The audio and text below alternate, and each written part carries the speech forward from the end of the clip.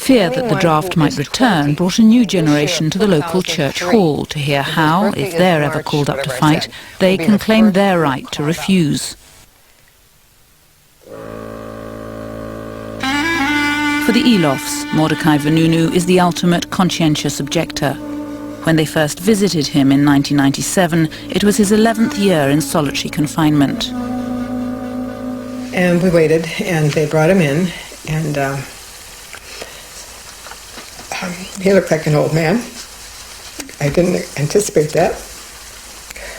And he came up to us, and he put his fingers through the bars, through the cage, because it was a steel cage. And we were crying.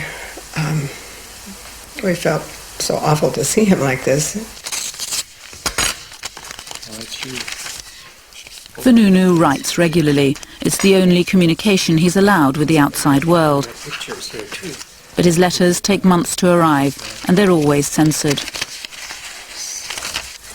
Oh, and he says, don't feel so bad, we can bear another year. My, what courage. The early letters that we got were totally cut out. I mean, you could pick it up. This isn't even an example, because they were cut out more than that. More than this. They use a highlighter, and then they bring it to Mordecai, and he has to cut out the things that they've highlighted. And one time, he said they weren't paying attention, and so he just put the pieces in the envelope. We got them, because we said, we got the pieces, we got the cutouts. And they're really not even significant. I think it's control, total control.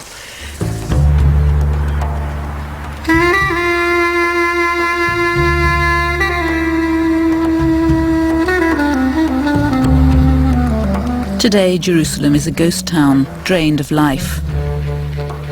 Israel's nuclear weapons have proved useless in its latest war.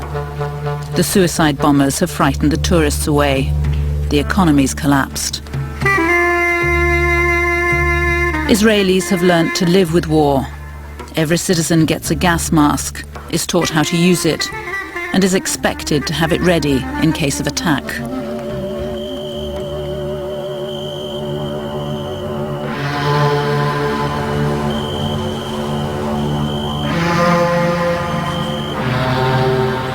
Nuclear weapons are seen as a justifiable deterrent by most Israelis who feel besieged by enemies. 40 years ago, Uzi Evan, then a young scientist at Dimona, was in at the start of Israel's bomb. We were a very small country. We were surrounded by much, much larger, more populous states on borders that are almost impossible to defend. And the Holocaust was very much in our memory at that time. And we all realized that we have to do something to prevent the same scenario from happening again. So we were a young crew, most of us were very young, very enthusiastic, working on something we believed is essential for our existence here. Like building the final insurance policy that we will not be attacked or terminated. It was the young Shimon Peres back in the 50s who negotiated a secret deal with the French to buy a nuclear weapons reactor like theirs. But while Dimona was going up, intelligence reports reached Washington that Israel was building an atom bomb. Despite claims that Dimona was for peaceful purposes only, Israel's leader Ben-Gurion was summoned to Washington. President Kennedy feared an arms race in the Middle East and demanded inspections. But when inspectors finally entered the plant in May 1961, they were tricked. They were shown a fake control room on the ground floor. They were unaware of the 6 floors below where the plutonium was made. Well, this was something of great pride and almost a legendary story in Dimona, according to Vanunu. When the Americans came, they were completely hoodwinked. All the entrances, including the lift shafts, were bricked up and plastered over, so it was impossible for anyone to find their way down to the lower floors. After Kennedy's assassination, the pressure on Israel was off. His successor, Lyndon Johnson, turned a blind eye. Then, in 1969, Israel's Golda Meir and Richard Nixon struck a deal renewed by every president to this day. Israel's nuclear program could continue as long as it was never made public. It's called nuclear ambiguity.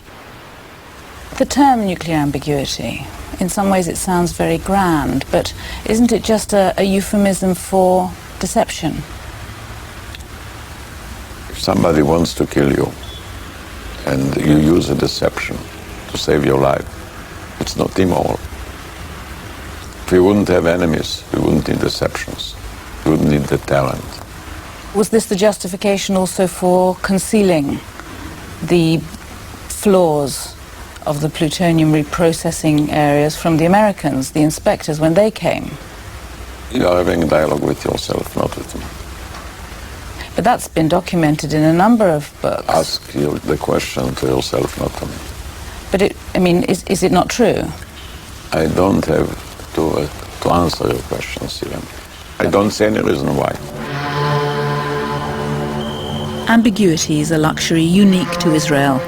Today, the country's an inspection-free zone, protected from scrutiny by America and her allies. This is the place where Vanunu identifies as the separation plant, built mostly underground. And this is the silver dome of Dimona nuclear reactor.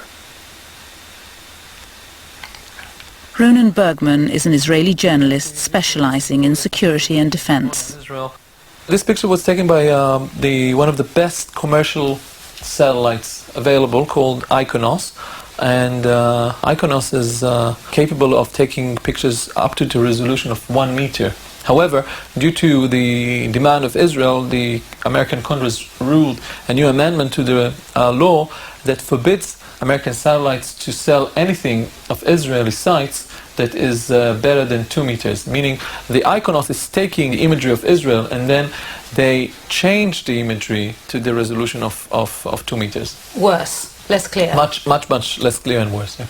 And that was a ruling in the United States, but specifically for Israel, not for other countries? Only to Israel. Last November, there were signs of a softening towards Vanunu.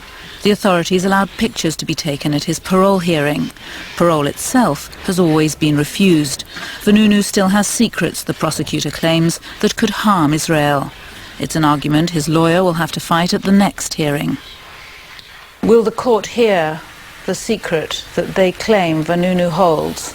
They will hear some of the secrets, not the real secrets. They will hear secrets about the secrets. And you too, as his lawyer, will hear those? Part of it, less than the court. The court will hear the secrets about the secrets. I may hear the secrets about the secrets about the secrets. Is that really the case, or is that a sort of ironic? No, it's really the case. I will be giving some type of general description of the secrets. The court will get something more concrete, and the secrets themselves will be never released to anybody if they exist at all.